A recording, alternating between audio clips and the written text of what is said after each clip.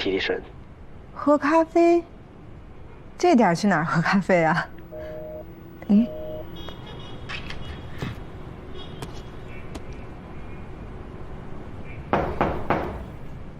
谁呀？外卖。是徐老师吗？哟，真是您啊，徐老师！你的外卖到了。你还把咖啡送来了，快请进，快请进。我让助理呢，准备最新的鼎新和万和债权相关的资料，给你做个补充。哎呀，我也没来过这儿，想顺道过来看看。啊，哎，我们这儿比较简陋，这刚搬过来，你看那边还有一堆纸箱子呢，不过之后肯定会装修的。这就是你备的吃的？嗨，随便垫一口吧。对了，徐老师，您吃饭了吗？我也没吃呢。那我给您煮碗面吃啊。谢谢。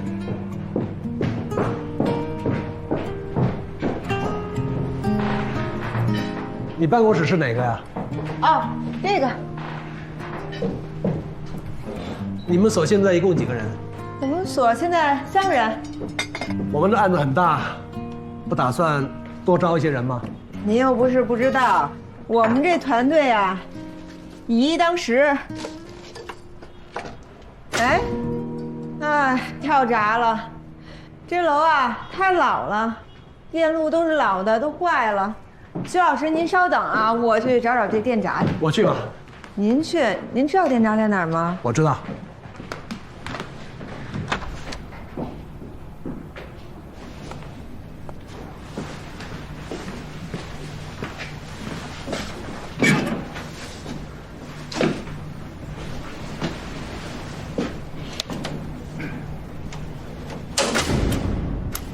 哟，功率太大了，容易短路。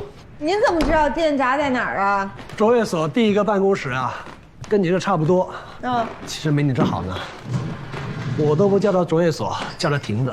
亭子？为什么？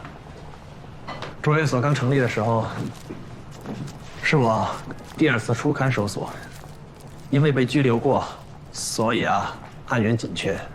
打公益案子呢，不挣钱，又容易得罪人。反正就是穷，一包泡面恨不得掰开2份来吃。那年冬天啊，帮一群聋哑人打赢了一个诈骗案，结果对方把律所给砸了，把电线给绞了。大冬天的，黑灯瞎火，四处漏风，就差没把屋顶给掀了，所以我叫它亭子。那这么比起来，我们这好歹是个帐篷。徐老师，你知道我们平时还老说自己工作有多艰难呢，听您这么一说啊，真的显得我们都矫情了。我想说的是啊，你们的律所不管是简陋是豪华，是人多人少，这不影响你们的能力，也不影响我对你们的判断。不过上次确实是想把你们换了。啊？是您想换掉我们的？我们都以为是合伙人的意见。是我的意见。我相信你们的能力，梅先生也认可。但你们所呢，没办法给卓越所背书，而且你们没有管理人的资质，你对破产项目也不是很熟悉，不是最优选择。所以，您后来决定用我们，是因为我们找到了万和的藏匿资产。就这一碗啊？嗯。那你的呢？哦，有面包，还有您带来的咖啡。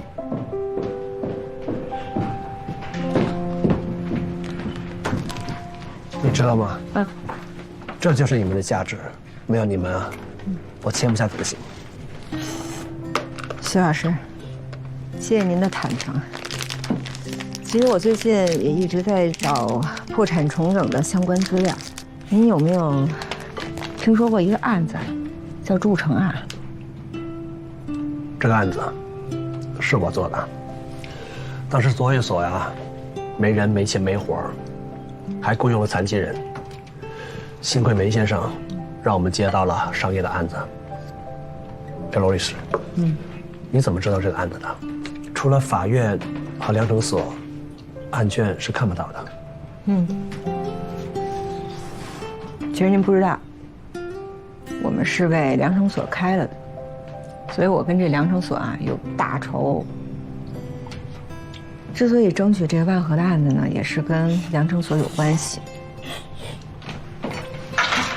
但是有一个秘密，我告诉你，粮成所里面有我的内线，所以搞黄他们这竞标啊，别提多高兴了。所以啊，粮成所该后悔了。他们不要你们啊，是他们的损失。哎，那徐老师，后来这个筑城案之后，卓越所这名声是不是就打响了？也不算是吧。后来筑城案啊，就转给陶正他们了。我们是赚了一点，起码交得起房租，也用不着再用大力胶糊窗户了。那如果这么说的话，筑城案对我们还是有参考价值的，而且您也有经验。跟经验相比，我相信的是你，还有邱律师。谢谢。现在的你们比当时的我啊要强多了。希望我们能够合作愉快。那绝对能合作愉快。干杯！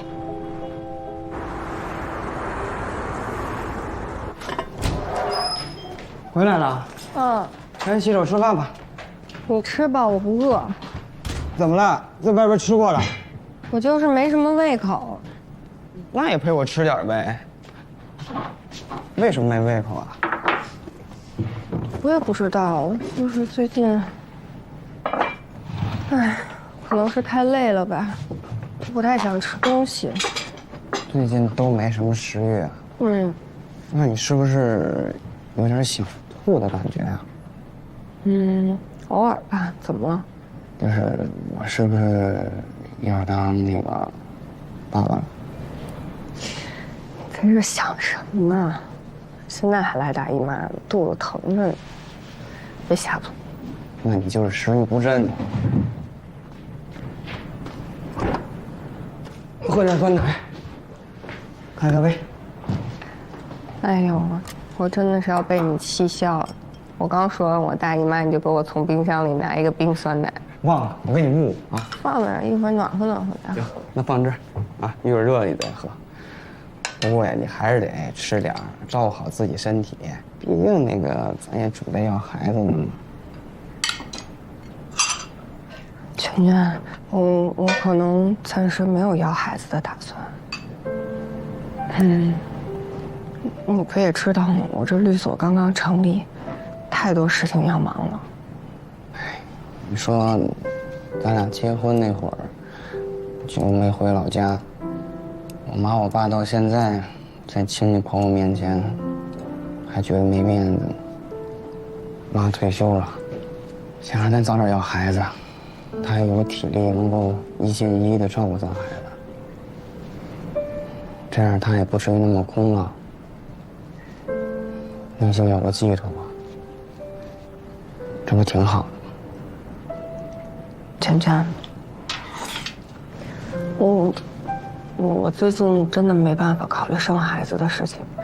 你说我这要是一生孩子，起码3年什么都干不了，生活和家庭的重心就全部都得移到孩子身上，我现在付不起那么大的代价。就算你现在什么都不干，我们也是没有问题的呀。而且妈说了，您事业心太强了，会很辛苦的。而且我现在工作也稳定了，咱也还能靠家里，这不挺好的吗？那我也不能永远都靠家里，靠你，靠你爸，靠你妈呀。为什么不能啊？我们是一家人，你是我老婆，你是我家的儿媳妇儿。全全，在这个问题上，我跟你的价值观是不一致的。我是你们家的儿媳妇，但我也是一个独立的人。我这辈子都不可能靠别人的，我只能靠我自己。我也不可能让你养着，让你家里人养着。孩子的问题，过几年再讨论吧。我累了，我先回屋洗澡了。你吃完了，你就把这盘子和碗放在池子里，我歇一会儿就过来刷。啊。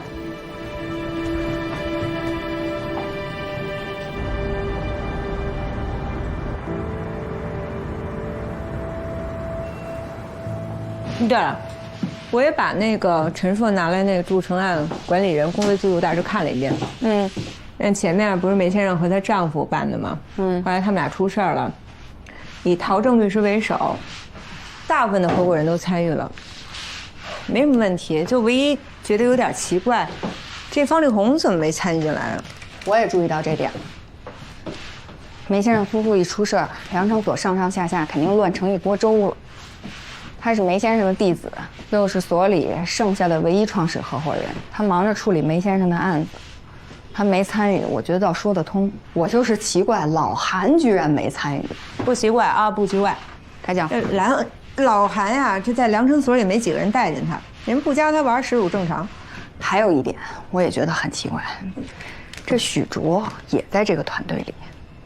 筑城的管理人费用有1000万以上，那按理来说，梅先生夫妇是梁成所的创始合伙人，这么肥的活儿，他应该用自己的人，怎么能肥水流了外人田呢？梅先生之前总是说他特别认可徐老师，提前后进嘛。但是我认为啊，如果真要是有人因为筑城案这背后的巨大利益要陷害梅先生夫妇的话，那这个人应该还是梁成所里面。那你说是谁能下得了这样的毒手啊？我没思路。哎，要不咱们去问问梅先生？行。那梅先生，照您的意思是说，您当年办筑城案的时候，同时又接手了这个魏城强奸案，后来您是在强奸案上出的事儿，筑城案也就转交给了陶正律师手里，对吗？准确的说，是在我们出事后，梁成所呢受法院指派处理筑城案，陶正主办，但方力宏作为所里的负责人，实际上呢他也有参与。你是怎么知道筑城案的？怎么又关心这事啊？我之前可没说我不调查啊，我是说我要换另外一种方式。好吧，我说不过你。今天你给我打电话以后呢，我也在努力回忆，但怎么回忆，也觉得筑城案没有什么可疑的地方。梅先生，您能把当时的情况跟我们说一说？筑城是一家专门生产管材的大型铸造民企，由于经营不善濒临破产，我和老于受法院指派，成为筑城的破产管理人。我们顺利地提出了破产重整计划草案，也受到了法院的认可。但难的是，我们的方案必须要得到债权人大会的通过。我记得这个案子一共开过3次债权人会议。第3次召开之前，我和老于由于强奸案受到指控，被迫退出。后来是梁成所接手，采用的还是我们的方案，顺利实现了破产重整。这就是全部经过。谁受益，谁就是最大嫌疑人。那在这个案子里，最大的受益人是梁成所，所以梁成所呢，确实是有陷害你们的动机。我想过，但我又觉得自己想多了。筑城案是梁成所那一年接的最大的一个案子，容不得半点闪失。我们中途因为强奸案出了事，梁成所只能接手。实际上所里并没有亏待我们，因为方力宏坚持前面的工作都是我们做的。最后的管理人费用，我们实际上得到了将近30%。没准他们这么做，只是为了安慰自己的良心呢。梅先生，有没有一种可能，梁成所或者梁成所的某个人是为了从您手里夺走筑城这个案子，才对您下的黑手啊？一般的律师，就算把我们扳倒，那他也挣不去。除非是合伙人，但是梁成所的合伙人都是我和老于的学生，学生陷害老师，而且是往死里整。你们觉得呢？那我还有一个疑问，许卓当时也加入了管理人团队是吧？是。许卓当时可不是梁成所的律师啊，梁城所的律师有100多位，您为什么不用自己律所的律师，而是请了许卓呢？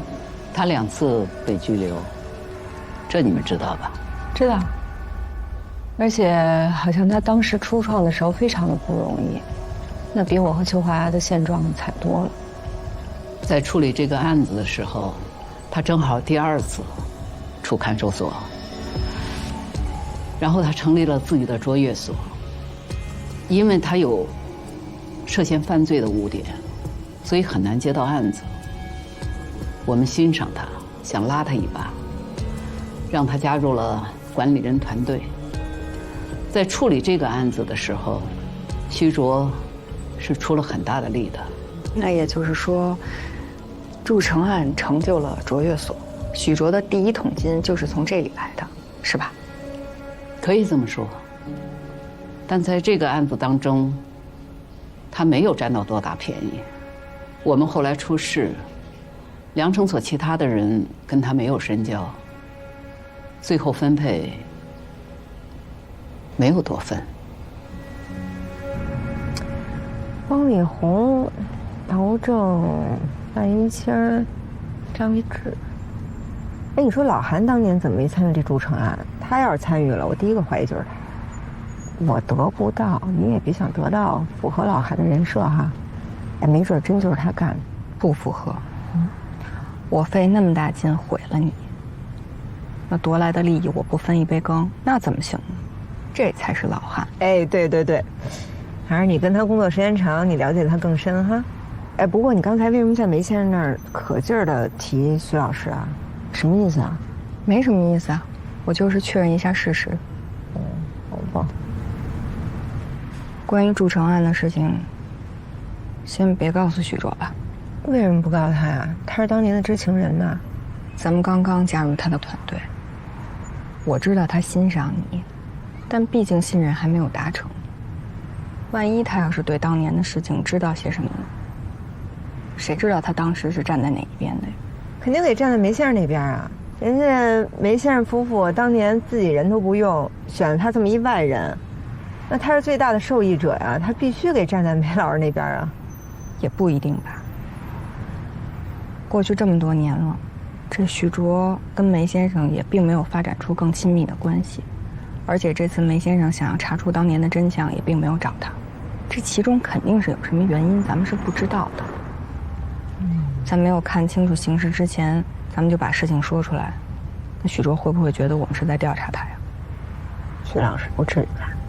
我觉得还是谨慎一些好。好吧，小不忍则乱大谋，咱们这案子上了手再说。一会儿前面你就给我放下吧。干嘛去啊？全全鼻炎又犯了，我催他去医院好几次，他也不去。我去药店给他开点药。他自己没手机啊？他得让你去买，自己上网买不就得了吗？那我买的跟他买的能一样吗？哟，这酸哟！行，我赶紧给你找地儿停吧。别说了，别说了。谢了，拜拜啊！拜拜。你慢点开。好。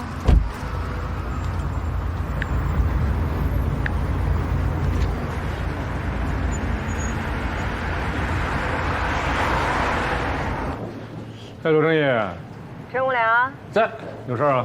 哎，老地方，见个面呗。约我是吧？那你要承认咱俩是约会的话，我就去。少废话啊，见不见？见，20分钟以后到啊。得嘞，挂了啊。方瑞有出去一趟啊。找罗律师约会去，要你管。师傅，其实我觉得你跟罗律师挺般配的。啊？他说他是著名淑女，我是著名流氓，这配吗？那才配呢。我也是啊，黑白好坏，淑女流氓，这样这个世界才互衡。别总盯着我啊！你学人宇博，你看人家找自己喜欢的。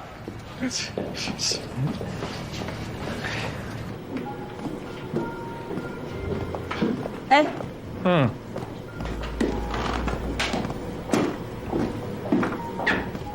穿着都变了，穿挺好看的。当老板了吗？这著名淑女整天约著名的流氓，这是什么意思？看上我了？少贫啊！哎，我问你，你特意提醒我们祝成案的事儿，这事儿你怎么掺和进来的？听说你不是在查梅先生的案子吗？那如果是有人陷害了梅大良的话，这人肯定还在量程所，而且事情的起因肯定跟强奸案没有任何关系。据我分析，就是祝成案。那陈叔，我也善意的提醒你啊，我们3个可是因为这个丢了工作的，你就不怕自己被牵连进去？你们3个都能创业，我能没饭吃吗？那我们3个能跟你一样吗？就你挣那些钱，你不知道自己怎么挣的，成天游走在法律的边缘来回试探。这祝成案这事儿可复杂，你就不怕被人揪了小辫子啊？被人像当年搞梅先生那样把你给整死？放心吧，我这人做事这么仔细。为了查这案子呢，我把这强奸案前后2年所有合伙人办的案子全都看了一遍，他们应该不知道我在查什么案。前后2年的你都看一遍？嗯，你做这么缜密，你是图什么呀？图你。我真图的是你啊！别跟我说那些啊，没正经。我跟你说啊，我今天特意来就是想跟你说，你别管这事儿了，你管好自己。行，别磨叽了，知道。听说你正式去卓越所上班了吧？嗯，我们已经正式加入许卓团队了，跟他一起代理万和最大的债权人鼎新。哎，我们一出手，就把你们量程所想当破产管理人的美梦给搅了。我们指的是谁啊？我们所跟徐老师团队啊。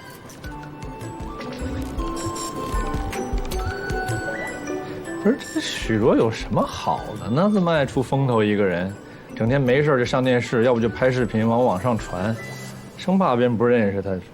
我们所刚刚成立，啊，跟徐老师这样的团队能学到很多东西。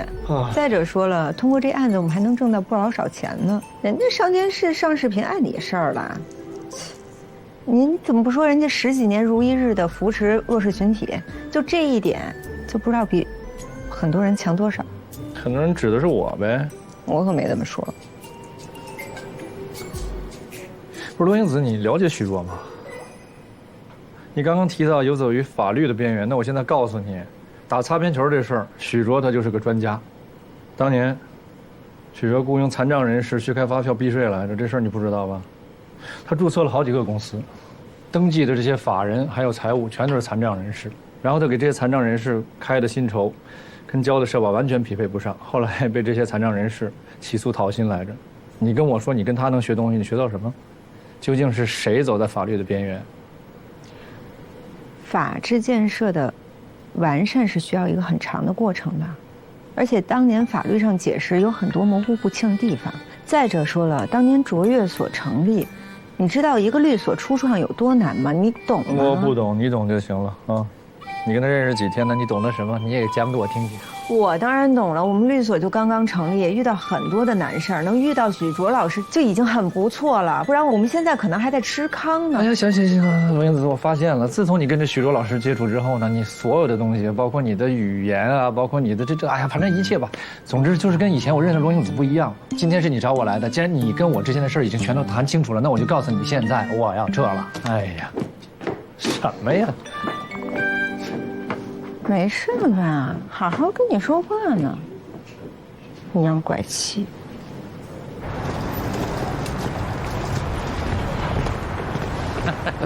刘老板啊，合作愉快，合作愉快。那剩下的30%就等你这边货款到了，一次支付了。我给你，如果违约的话，咱们违约条款上写的很清楚。哎，你看啊，就是挺好个氛围啊，就让你一句话给整贼冰冷。没问题。行了，谈妥了，各坐动，喝酒去。喂，哥，你们是外地来的，到这块是我的地盘，我安排，好不好？啊，我安排。抢了，走，小区吧，去吧。哎呀，这幸亏你把我叫上来，天天辅导孩子学习呀，太累。哎，你吃啊，一会儿都老了。哎，老薛，我真比那许卓差呀，他就做了点公益，把那罗英子给迷的是五体投地，邪了门了。差太多了。人家温柔体贴，懂女人，要不能结3次婚，谁看见不上头？谁上头啊？有什么好上头的呀？一男的离了3次婚，从大概率上来说，你告诉我他是个什么好东西？你3次不算多，我一哥们儿离5次呢。要比这个吗？那罗英子不也离过？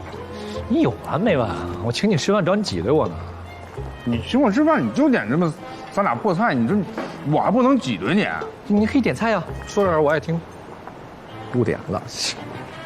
罗英子跟你说了，说她喜欢许卓，没说，那不得了吗？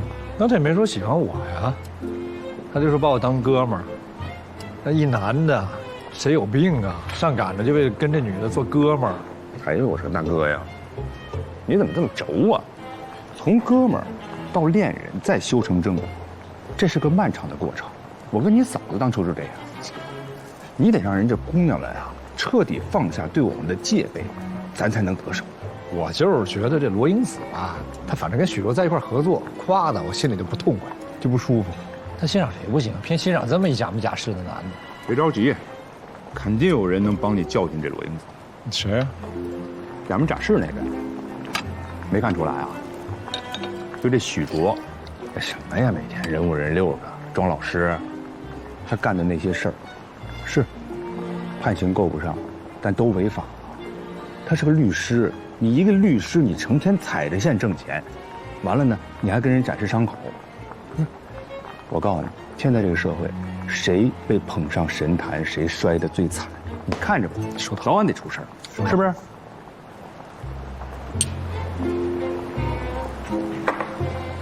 但是啊，这也不是什么坏事啊。这罗英子啊，太理想化了，还真得有许卓这么个人。帮你给他上上课，得给他上上课。活该。你大爷就是你大爷，我哥就我哥啊！你说话我信。来，你说着说啊，不能骂人。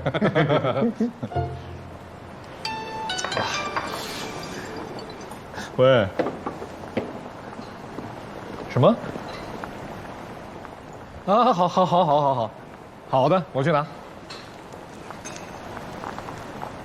走了，哎。走了啊！我告诉你啊，我代理那名山啊，马上就发开庭通知了。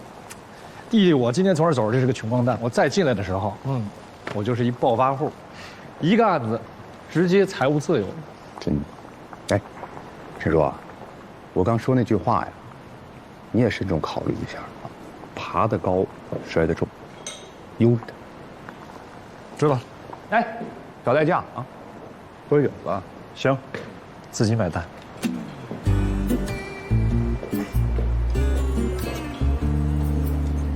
你看这夏律师多厉害啊！这小样多拿人啊！这么多年啊，没见过一个女的像她一样有虎，是不是？女中豪杰，这豪杰就是猛。我敬你一杯。那我必须得喝个白的。哎呦，哎呀妈！部长，虎吧这是这，哎呀，过来，女中豪杰。哥哥们，你们帮我做证明啊！啊。刘老板呢，已经向郝总支付了420万，那这个代理费应该是84万，还有差旅费呢。我这一路过来可不容易啊，一共是1300。行，着什么急啊？回去慢慢算。好，没喝多吧？厉害吧？哎呀，我妹妹这律所这3个精英，这都厉害，长得也好看，人也厉害。你这以后啊，够你喝一壶的。这个郝总给夏律师给的太少了。夏律师，你这么的，你上我这儿来，价钱你定。这现场挖人啊！哎呀，刘老板，您说这话，我就必须得敬您一个了啊！我刚，哎呦，好酒量，气氛到位，气氛大了都定。刘老板，您真是慧眼识珠，是。但是我确实也是个人才。必须的。等我忙完郝总这些业务，我把该挣的钱给他挣了，我就去代理您。我们代表公司等你，一言为定。这又挖一桩生意。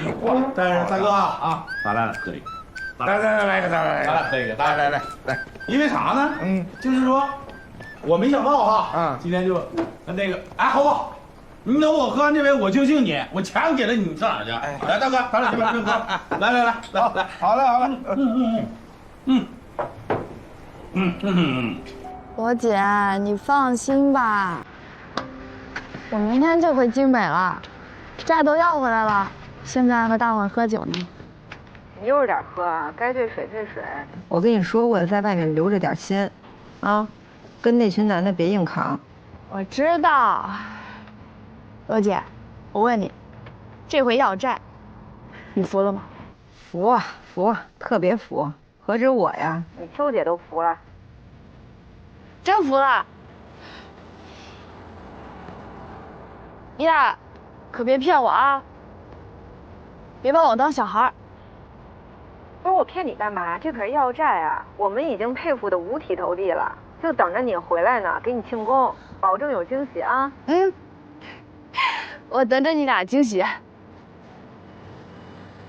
好了，不跟你说了，罗姐，我进去了啊，拜拜。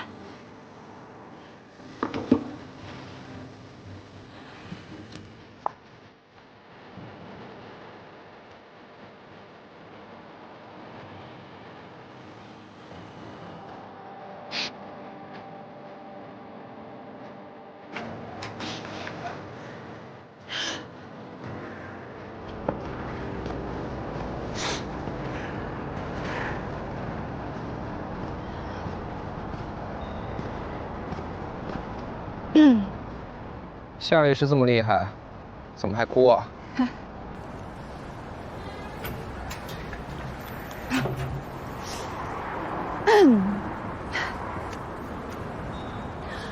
郝总，你刚刚在里边答应我要给我报销差旅费的，我给你数一数吧啊。这最大头的呢是租车费，然后是食宿费和火车票。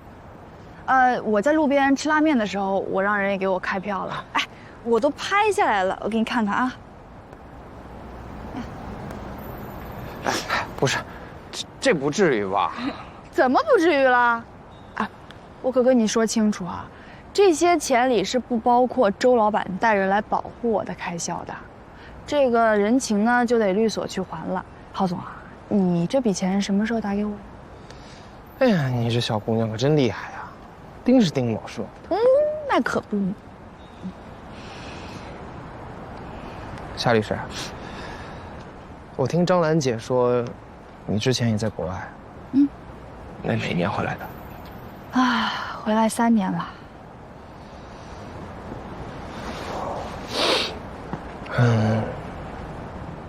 听说你爸出事了。啊，是。我其实挺佩服你的，真的。你一个这么年轻的女孩，你漂漂亮亮的，看起来弱不禁风。你竟然敢钻到别人车轮子底下，而且3两下就把那帮糙老爷们给收拾了。这不都是为了郝总你吗？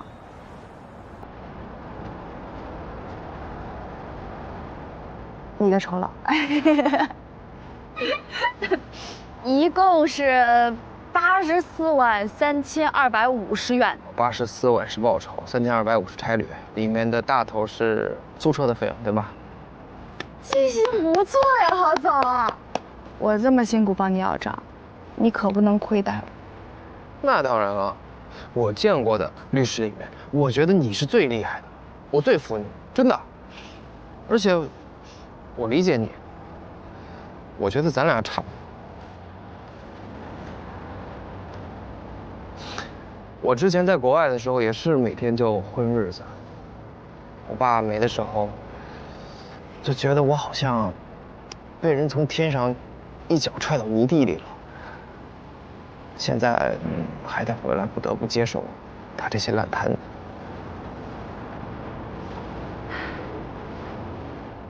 咱俩可差多了。你说的烂摊子，那可是价值几个亿的家业。你把这债要回来，那就是生意。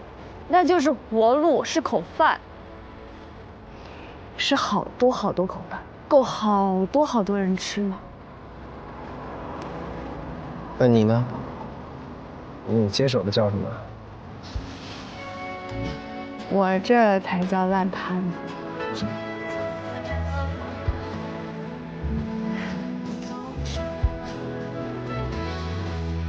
不过我认了，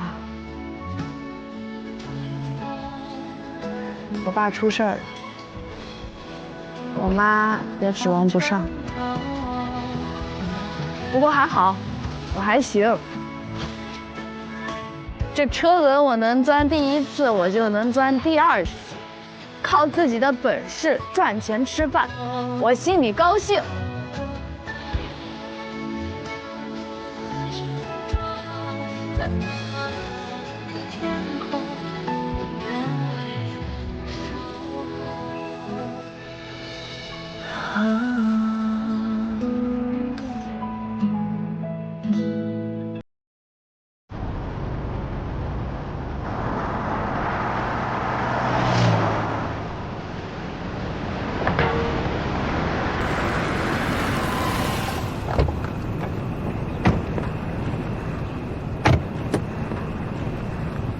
谢谢。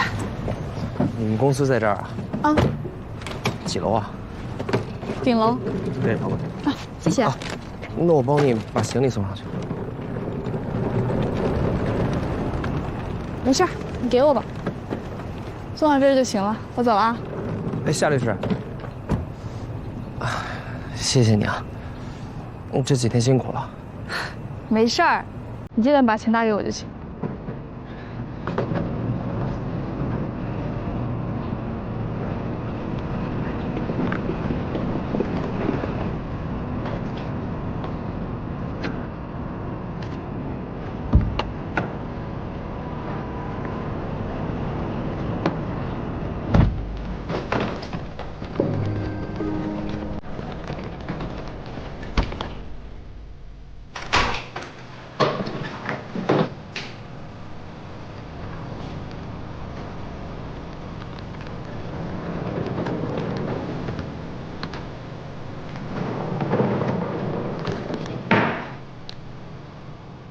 罗姐，我刚回所里呢，你们都不在啊？都去忙啦？你这都回来了？啊，我是来周老板这儿来了，我有点事儿。这样吧，你先回家吧，那个冰箱里我给你留着吃的。哦，那秋姐呢？咱们今天晚上还一起吃晚饭吗？罗姐，你昨天可是说好给我办庆功宴的，要不我先订餐厅？周华去见代理人去了。这样，过2天忙完了我们就给你庆功，好吧？那行。哎，那罗姐，我再给你汇报一遍我的工作吧。我们所打下郝磊这个案子能赚80多万呢，84万。我就知道你能行，这钱到账了吗？钱没到账可不敢作数啊。钱还没到账呢，但是合同上是那么签的。那我过2天再去催催吧。好，那你赶紧催催账，我先不跟你聊了啊，周老板马上来了，挂了啊。啊，好好好，你快去忙吧。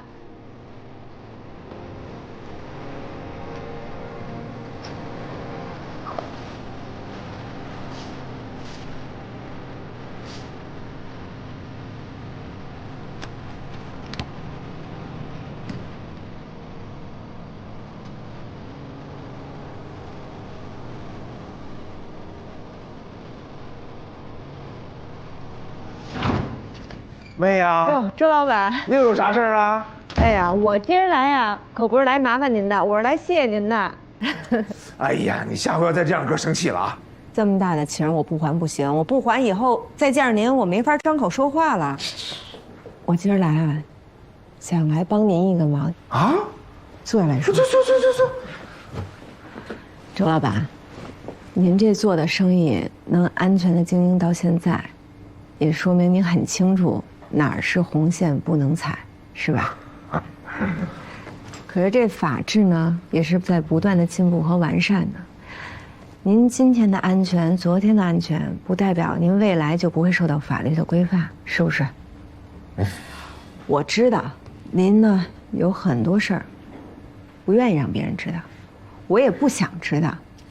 毕竟啊，这曾经我也是想在一定程度上和您划清界限的。但此时您可是对我有2次大恩的人，我要是再跟您划清界限，那就是我的不对了。那话说到这份上，你说什么？哥听。这就是我今天来的目的。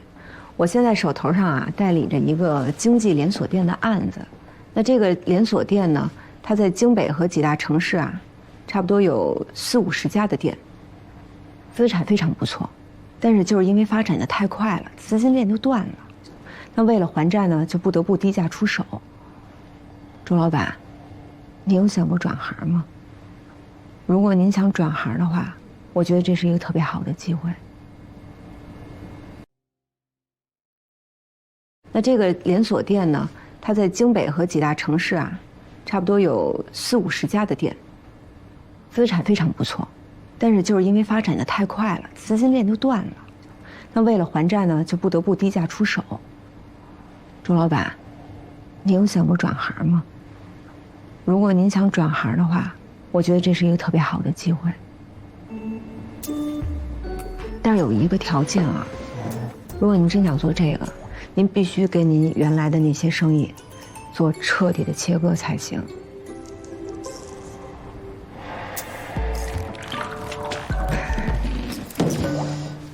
哥，这情况是这样。其实我呀，早就想做正经生意。一来呢，以前那些朋友啊，里里拉拉这些关系啊，不好说断就断啊。二来呢，你想现在这个来钱的道都断了，将来干点什么我也没想好。如果你那机会好，不是，但是您给听清楚我最后那一条是什么？我说是，如果您要是真想做这个，您就必须跟您原来的那些生意，包括您在社会上认识那些人，都给做彻底的切割才行。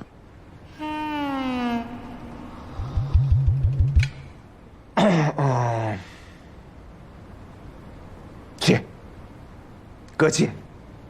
哎呀，你不知道啊，前一阵子这个我媳妇儿给我生个大胖儿子，哟，我得积德呀，我去。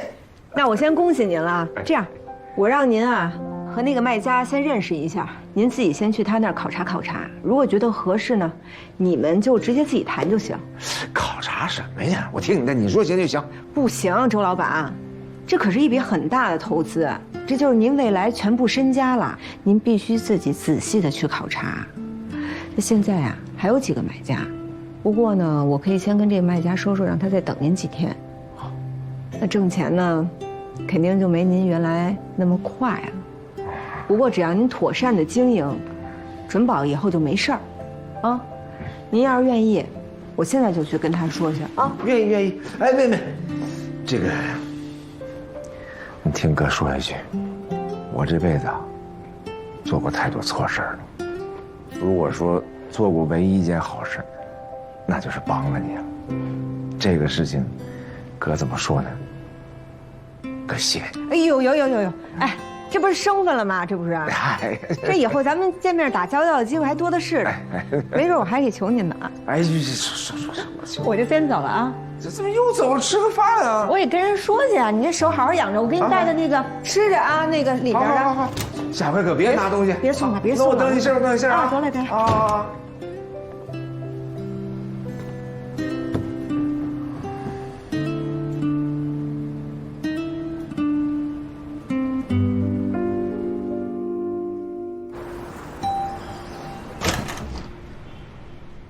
哟，真香哎！这太阳打西边出来了，夏叔。来，煎蛋、麦片、酸奶、面包。行，虽然不是我最爱的豆浆油条、茶叶蛋，但是呢，酸奶、面包、煎蛋，可以，也是有心了啊，夏叔。我这待遇还升级了。罗姐啊，我今天就搬出去了。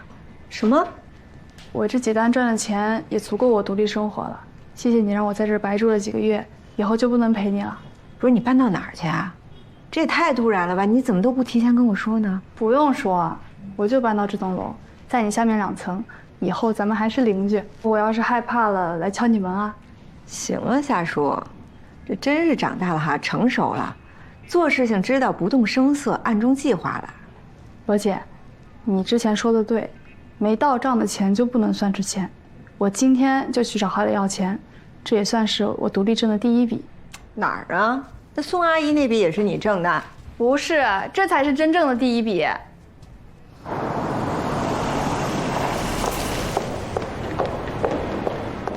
你说什么？我说，这钱也不能算是你一个人要回来的，毕竟我也去了。你呢，就算是给我做了个通风报信，所以我给你20万，外加差旅费。郝磊，你要不要脸啊？有理讲理呀，说话这么难听干嘛？哪来这么大脾气啊？哎，要不你也补点水，败败火。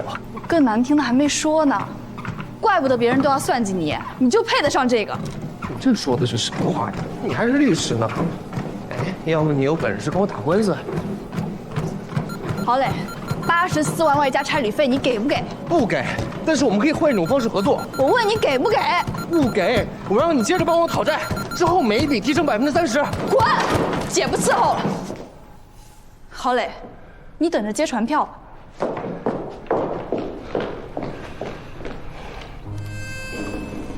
他明确知道夏叔已经追到债权人，还要自己跑过去追债，最后硬说是自己把钱给要回来了。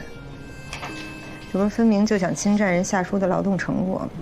这郝总早就让他算计好，夏叔种树，他摘桃呗。他就是要造成这债务是他自己追回来的事实。你看这补充协议上也是郝磊的亲笔签名，真要闹到法庭上，法官也会认定是郝磊追债事实的。现在这事就有点麻烦，要说打官司吧，也不至于说只能拿到20万这么少，但是要想把全数都拿回来，也不太现实。那它就不是钱的事儿，咱就不能被人摁着头这么起，对吧？哎，夏叔，咱就跟他打官司啊！算了，不打了。为什么呀？当律师的得计算成本，跟他打官司费时费力，得不偿失。我会去找他，接受他那20万，也接受他给我的其他几个案子。放心吧，我在这儿损失的，我让他其他地方加倍给我还回来。哎，有点甄嬛回宫的意思啊。行，那夏叔，你就放心大胆去，我跟秋华做你最坚强后盾，相信你没问题的，加油！等我好消息啊！大律师，您找郝总是吗？你们郝总在吗？郝总那儿有人，要不您稍等一会儿。小徐，你去忙了。你是夏律师吧？我是，请问您是？你好，我是公司副总，我姓梁，小磊平时都叫我梁叔。啊，梁总，久闻大名。嗨，哪里。你要是方便的话，我想跟你说点事儿。好。请。哎呀，小磊在我面前啊，经常夸你，说你特别能干，没想到你那么年轻。梁总，过奖了。我知道你是为报酬的事来的吧？我劝过小磊了，报酬的事咱们可以再商量啊。梁总，我不是为了报酬来的。哦。小郝总说他还有几个案子要委托给我，我同意了他的方案才过来的。那你答应他的委托了？是。那个小磊那边正在谈事儿，等他谈完了，咱们就去见他。小郝总是在跟2位大郝总谈事是吗？是。哎，小磊家的事儿，想必你应该知道，家族企业最后都会走这一步。就像我们这种小股东，夹在中间最难受，站哪边都不是。梁总，您别怪我多嘴。其实这种情况下，你应该站在小郝总那边。从情理上来说呢，我是应该站在他这一边，但是这公司1万多职工更重要啊！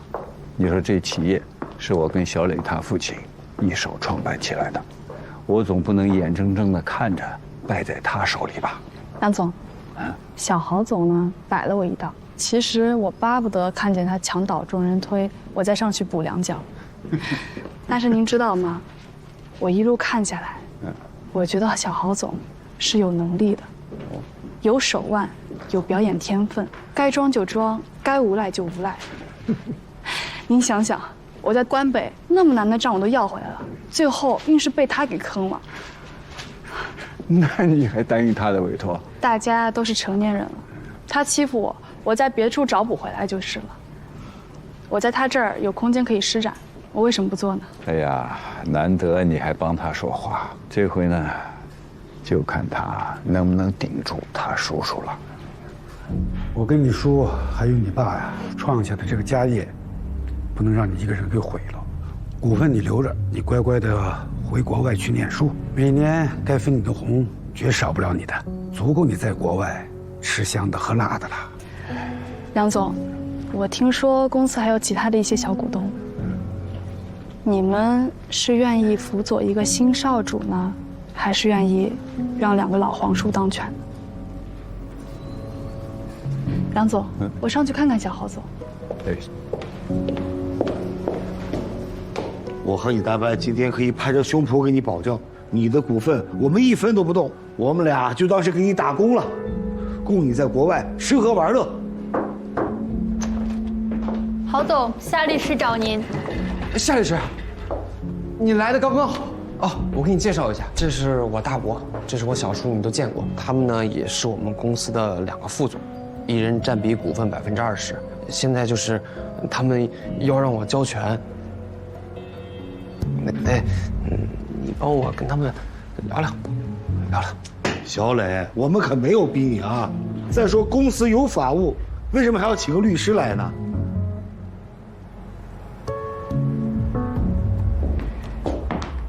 ？2位郝总，交权也不是不可以，但是咱们公司有公司章程啊，再不济还有公司法呢。像董事长任免、经营权交接这种大事，是得股东会决议的。郝总，你就按照法定程序召开股东会就行啊。对，大伯、小叔，我交权肯定没问题，但是股东会得开啊，少数服从多数，只要符合公司章程比例的人数通过，我立马把这董事长的位置，还有公司的经营权、管理权交给你。大哥，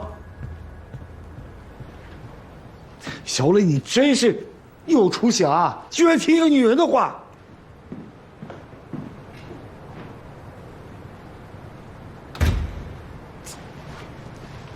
多亏你了，夏律师，谢谢啊。你不要以为我是来帮你的，你坑了我，我是来找你算账的。现在呢，你有2个选择，要么你把84万外加差旅费如数还给我，要么我就去起诉你，咱们法庭见。你学我叔吓唬我是吧？哎，内蒙古我也去了，补充协议是我签的，还有我看着他给我打的款。你就算闹到法庭上，法官也不一定一直站你那边吧？好啊，那就看你愿不愿意这个时间上法庭了。另外，我顺便再跟你说一句，这个官司打完之后，我就不是你的律师了。我看另外2位郝总不知道需不需要律师呢？哎，这不行，不行就把钱还给我。夏律师，我现在情况你也看到了，我外面那么多债，就要回来这一笔，我再转你20%，我那2个叔叔肯定不答应啊。这样行不行？咱俩商量一个比例，稍微让我一点，我一次性支付给你，然后我后面的债权清欠也全都委托给你。如果钱要回来，比例还能提高，怎么样？让你多少？我觉得啊，要不我就1半吧，我一次性转给你42万。不行，至少得60万。50万。55万，少于55万，我现在就走。哎，那就55万。这什么呀？你不是还有几件要委托给我吗？这是合同，看看吧。你挺狠的呀！我让你坑怕了。只要你能帮我当上董事长，你什么条件我都答应。帮不帮的，不是还得看郝总给我的合同有没有诚意吗？这边请。徐老师，薛老师，欢迎，欢迎，欢迎加入卓越大家庭。不胜荣幸。请。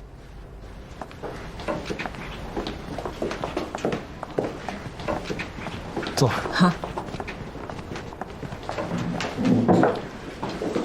二位，法院认真听取了我们的意见，万和想清算是不可能的了。梁诊所中标，成为破产管理人，你们听说了吧？听说了，这回他们又可以赚一大笔了。谢谢。依我看啊，作为律师，售卖法律知识和法律实践服务，不可能不考虑钱。但是做事情的出发点就是为了钱，以利益第一位，那案子肯定是做不好的。对，您说的有道理。对方已经组建了一个专门的律师团队，以陶正律师为首，方力宏呢也会全力以赴。我们代理鼎新，也要开始跟进整个项目了。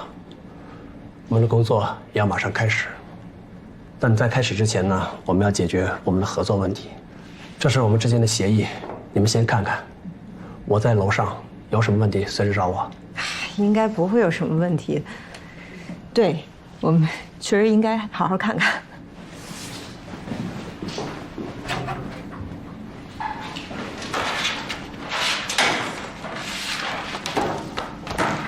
这合同还没看呢就没问题。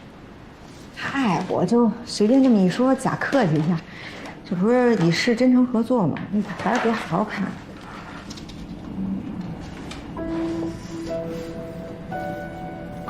哼哼，不把利益放在首位，对咱们可真是够狠的呀！狠吗？这报酬扣除卓越所的提成后，那分给咱们30%呢，还行吧？我不同意，由他们所提成以后再分，那相当于咱们拿到手才21%。这案子本来就是我们带来的，我们要不给他们，我们自己也可以做。现在白给他们了，我们起码应该分到一半，而且所有的分配都应该在提成以前。我们是以律所的形式跟他们合作的，凭什么让他们先提成？秋华，咱们是个小律所，就算咱们掌握了重要线索，但是人家鼎新也会拿到线索以后，一脚把咱们给踹开，然后再去找个大律所的。可卓越所不同，有了徐老师的背书，我们就能获得这次合作机会。相比高薪，我更珍惜这次合作机会。报酬嘛，相对合理就行。哎，这不是也是咱们的核心诉求吗？我跟你的核心诉求可不一样。许卓那套形而上的重义轻利理论，你接受，我可不接受。而且我也不觉得合作比独立接案更能得到锻炼。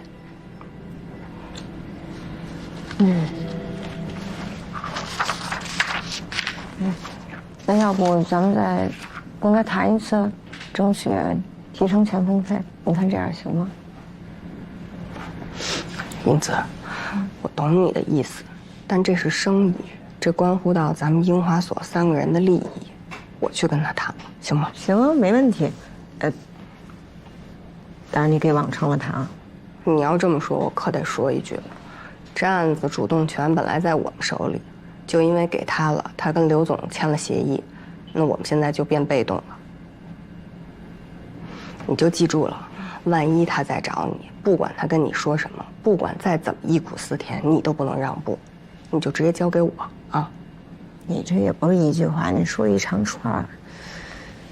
哎，那行呗，那我也就别跟这儿待着了，我就先躲了吧。行，你先走吧。那我也上去跟人打个招呼。哎，你不用打了，你赶紧走吧。行，我走去。哎，这合同你看着啊。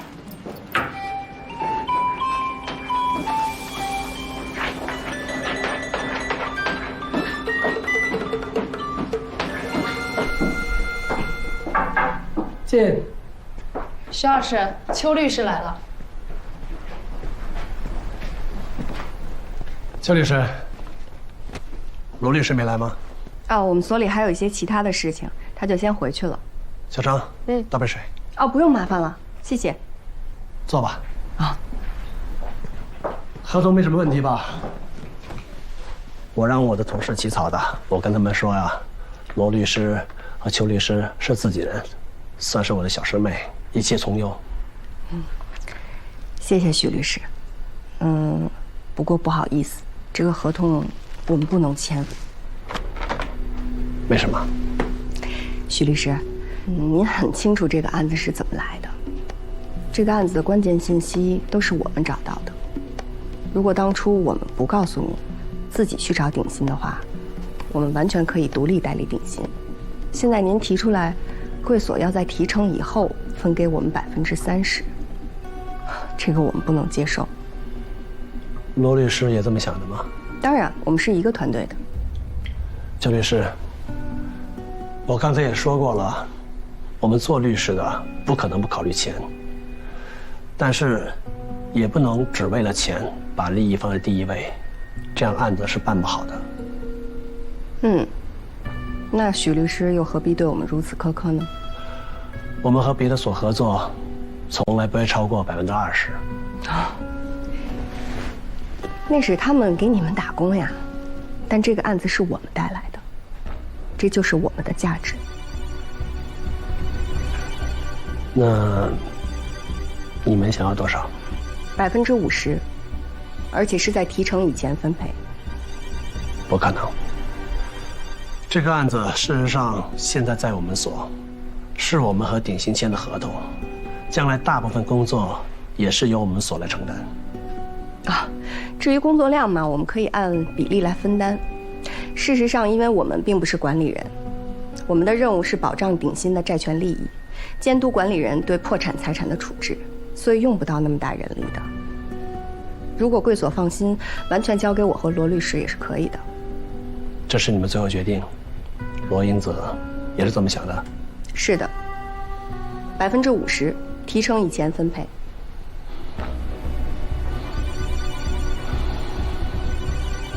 好吧，你回去再考虑考虑，我们下次再聊。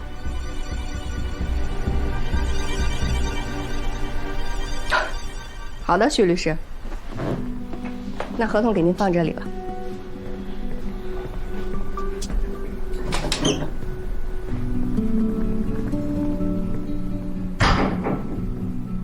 你没吓着人家吧？吓着就吓着呗。你的徐老师不会就这么点小心脏吧？跟你俩工作呢，别阴阳怪气。我是觉得这次合作来之不易，还把机会给蹬丢了。我估计许卓会找你的。我告诉你，你越是让步，你在他眼里越是一文不值。你估计还挺对。哎，徐老师，罗英子律师，你有空能过来一趟吗？我想跟你聊聊。这不是今天出去忙别的案子去了吗？您看这样行吗？我忙完了过去找您。好，等你。再见。哎，徐老师再见。你以后能别瞎估计吗？那吓人。老板，您的货都搬完了。把钱给您。麻烦给我5星好评。好的，那肯定的，谢谢您啊。我再说一遍啊。你要是对许卓心慈手软，我可对你不客气。你看，这还是给磕了，还5星好评呢。哎呀，我把这椅子搬过来。我回来了。哟，回来了。哎，正好，帮我一起把这椅子搬过去。哎，这毯子怎么样啊？在这儿呢。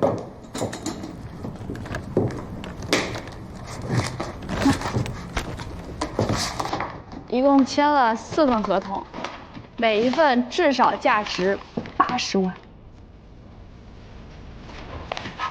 这郝总挺有意思的哈，这前脚还跟你耍流氓呢，后脚就变成任你宰割的小绵羊了。他还想坑我呢，也不看我是谁，他给我挖坑，我也给他挖坑，见招拆招。这4份合同谈的可不容易啊，不过至少我们好歹不吃亏了。条件不错。没有他可以钻的空子了吗？他倒是想，都被我识破了。可以啊，瞎说。你现在也是咱们所盈利最高的律师了。别说我，比你胳膊肘往外拐的罗姐强多了。姐，我能提个要求吗？那必须能提啊！你不光能提要求，你还得坐着来提。来，这不合适吧？那必须合适，赢你最高啊！来，说吧。我想当合伙人。这4份合同加在一起至少320万，这是我的见面礼。天硕，你这是突发奇想啊，还是蓄谋已久啊？这是水到渠成，姐。我前几天从内蒙古回来，我一心想着你们要为我庆功，高兴的我晚上都睡不着。结果回到律所，你们都不在，你还说佣金不到账不算数，我还真有点难过，就在想，为什么我的努力你们总是看不见呢？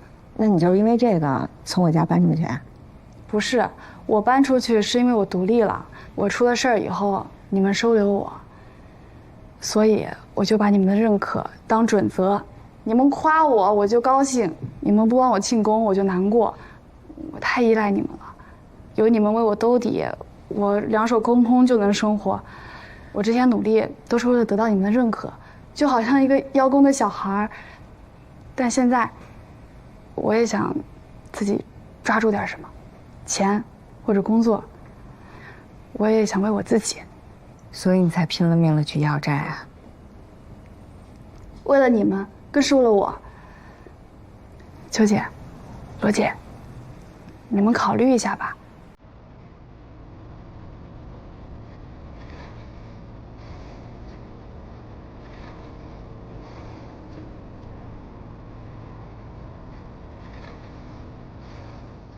哎，你把那个帮我拿过来一下。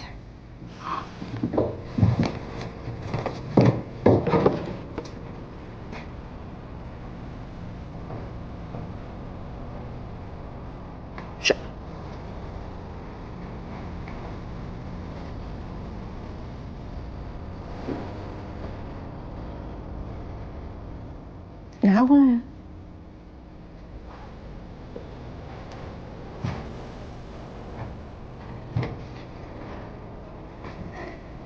说好了要给你开庆功会，绝不食言。看看，名片都给你印好了，满意不？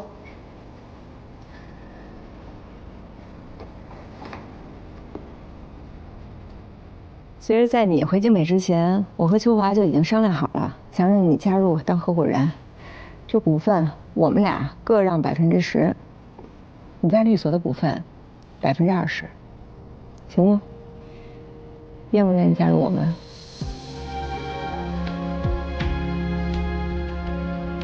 嫌少啊？什么时候你变成小钱串子了？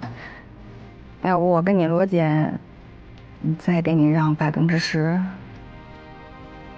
我跟你说啊，他已经这么对你。他让外人让10%，他念叨我1天了。罗姐，哎呦，救我！秋姐，你们抱着，你们抱着。秋姐，罗姐，哎呦，谢谢你们，你们对我太好了。何来的谢呀？这都是你自己的努力下来。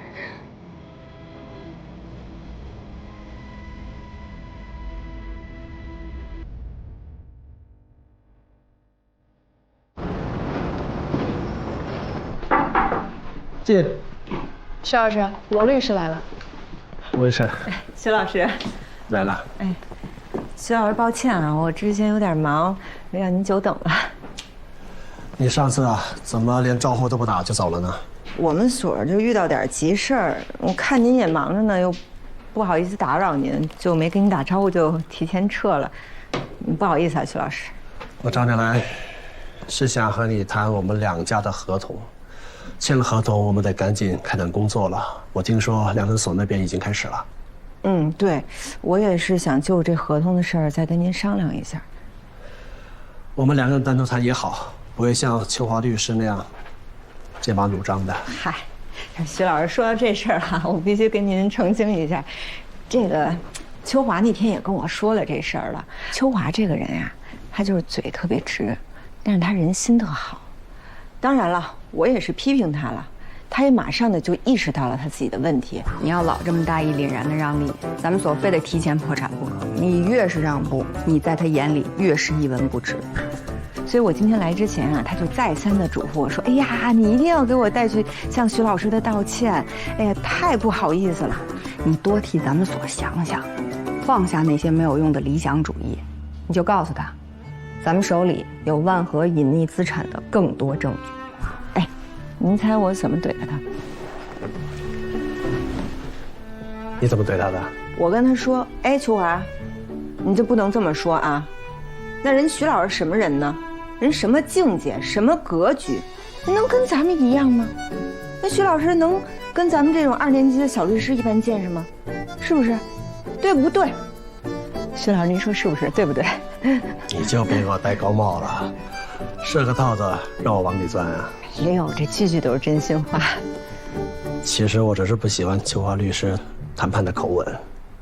算了，再说下去，就真显得我小肚鸡肠了。还是说回合同吧。这2天考虑怎么样？这2天确实是我们也很认真的考虑了一下，那我们最后得出的这个结果呢，就是我们还是要坚持分取代理费的50%，并且是在提成以前分配的。不行，我们所的人比你们所的人多了，以后工作也会是这样，这是事实。50%，我不接受。徐老师，您说的这个是事实不假，不过这个信息当时也确实是我们先发现的，如果不是我们及时的分享给了您，您也没有可能和鼎鑫集团达成这次合作，也成为不了代理人了，是吧？我说的这也是事实。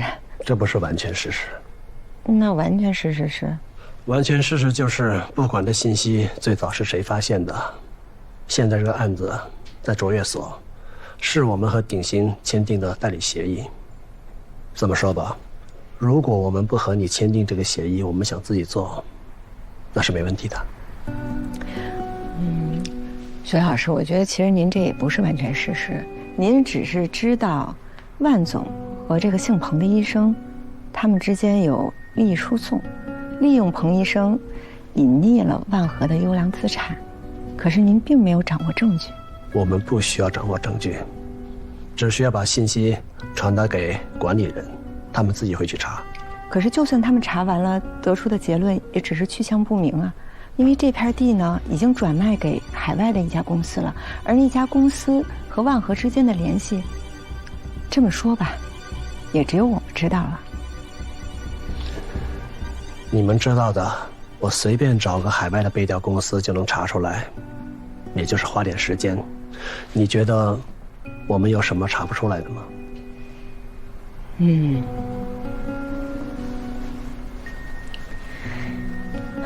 徐老师，其实当时呢，这个证据我们也可以分享给别人的，但我们为什么没这么做呢？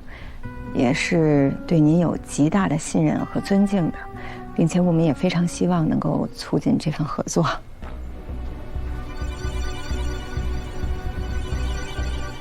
这样吧，徐老师，您看，您觉得分给我们多少合适？整个管理人费用的30%，我只能让到这儿，希望你们能够理解。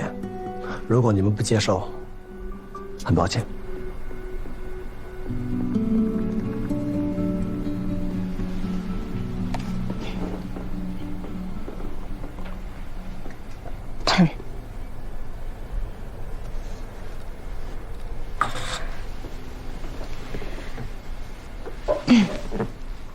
徐老师，其实我也知道，当年您在最难的时候遇见了梅先生，也是梅先生给了您再次翻身的机会。想必当年的你应该和现在的我是一样的。我的确是非常希望促成这次的合作，跟着您一起学习，一起来完成这个案子。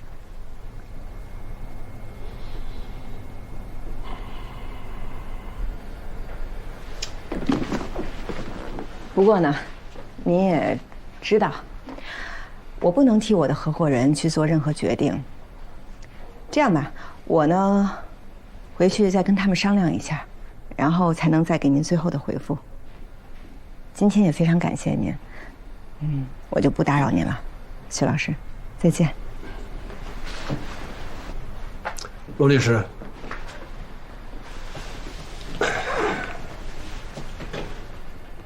我当然知道一个律所初创有多不容易，我也看到了你们的潜力，我很珍惜这次合作机会。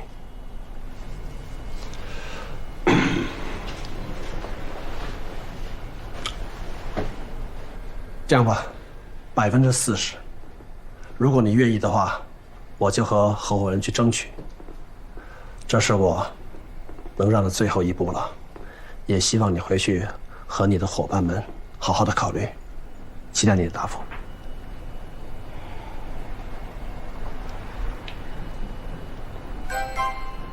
我之前跟他聊的是50%，我的底线是40%，1分都不能再少了啊！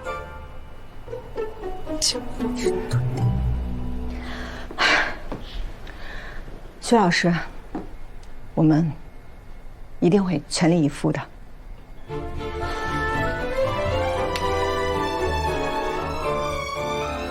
这是我手上那个合同纠纷案的材料，这段时间应该是没什么事儿的。但如果当事人来的话，秋姐你帮我代答复一下呗。没问题。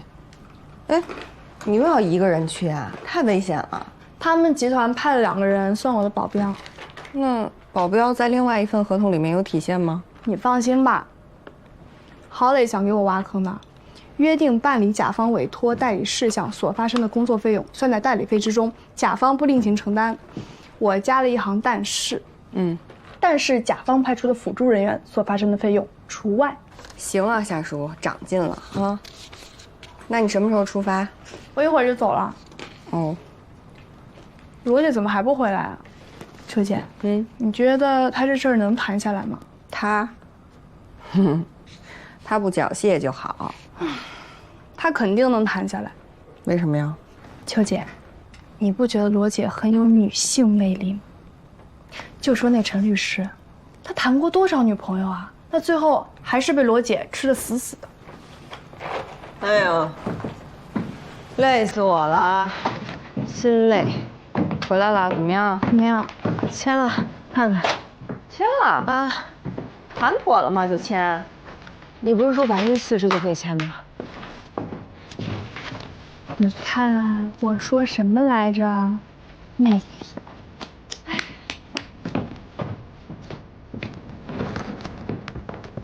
罗姐，哎，我出差了，这段时间你可能见不着我了。你还是一个人去啊？夏叔，你混到哪儿了你？你放心吧，走了啊。哎，夏叔一个人去没问题吧？没问题，这次去的地方不偏，而且还有甲方的2个保镖。哎，你发现了吗？夏叔是真的长大了哈，越来越有魅力了。我觉得那个郝总喜欢上他了。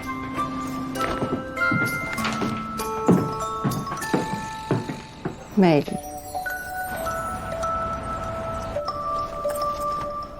我回来啦。秋花回来了。爸，您怎么来了？全全没跟我说您要来啊。我来景美开会，顺便呢来看看你们。啊，那全全呢？啊，他出去买东西了。我跟他说呀，咱们一家3口啊出去吃，可全全说还是买点东西回来，他喜欢在家里吃。是，我们很少在外面吃饭啊。那您先坐一会儿，我去厨房忙活忙活。啊，不用，我跟全全说了，让他打包回来。你坐。哦，好，您也坐。哎，你们结婚之后啊，再没回过家。你们俩的生活还好吧？挺好的。啊，你弟弟工作安排了，他没有学历，安排不了什么好的工作，就当个保安，你能理解吧？理解，这样最好了。也不用让您太为难。爸，我们家的事情不用过分照顾，我们现在的生活已经比原来好太多了。还有啊，前2天牧原投资的小吴给我打电话，说你去找过他，但又拒绝了他，为什么呀？那个吴总给我开出的条件，您应该知道，爸爸，他就是想通过我让您给他批那块地。但我不能因为我的事情给您惹麻烦。九华，你真的很懂事儿，全全很有眼光啊。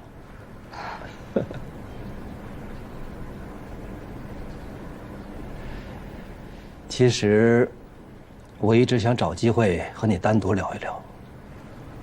哦，爸，您说。你喜欢我们家全全吗？您为什么突然问这个呀？我们现在不是结婚，这日子过得也挺好的。全全喜欢你，追着你来到京北的时候，我就想问你，你喜欢我们家全全吗？喜欢。喜欢他什么？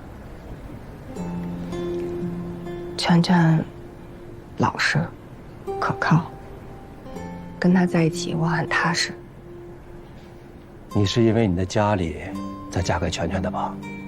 也是也不是。那怎么讲？爸，我们家的情况，你应该也了解。我走到今天不容易，所以我其实特别缺乏安全感。我对人也很难信任，但是只有全全，他能给我安全感，他让我信任。我觉得这个世界上有很多东西是值得追求的，但是只有安全感和信任，对我来说，比任何东西都要宝贵。全全给了我。我明白了。九华，谢谢你啊。爸，您这是说的哪儿的话？好了，接下来啊，就是我要跟你商量的事情了。你也知道，全全呢不喜欢京北，想回到县里去。我觉得，凭他的能力啊，在京北也混不出名堂。那么，你愿意跟他回去吗？不愿意。那因为什么？当然是为了我自己的发展，也是为了您和全全。爸，我说句实话，您别不爱听，全全，他确实不是一个有太强能力的人。